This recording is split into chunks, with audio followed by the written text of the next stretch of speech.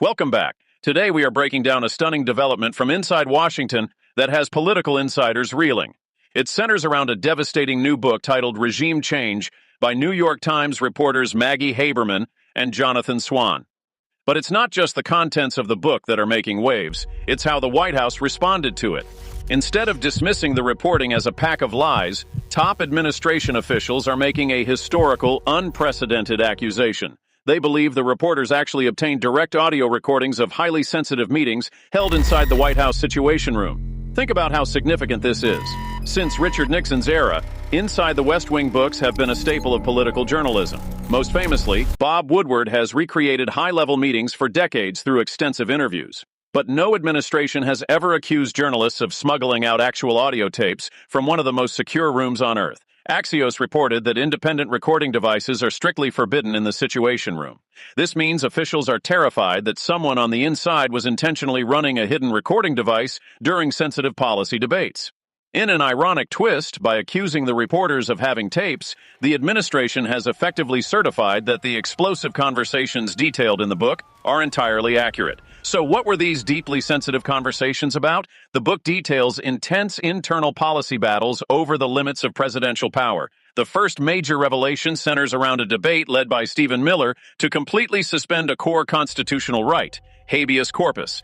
Miller wanted to suspend this right for undocumented immigrants to bypass the courts and accelerate mass deportations, arguing that their presence constituted an invasion. The idea was so extreme that other staff members privately described it as completely insane.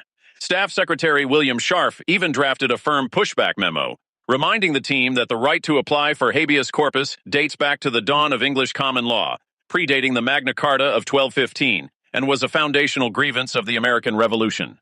Historically, it has only been suspended 4 times in U.S. history, most recently after the attack on Pearl Harbor. This wasn't the only friction point. The debate highlighted a profound divide within the administration over historical precedents and laws. For instance, statements from Vice President J.D. Vance suggesting that all major conflicts in human history end in negotiations faced sharp criticism from historians, pointing out that World War II ended in the unconditional surrender of Germany and Japan, accepted cleanly by Harry Truman without a single negotiation.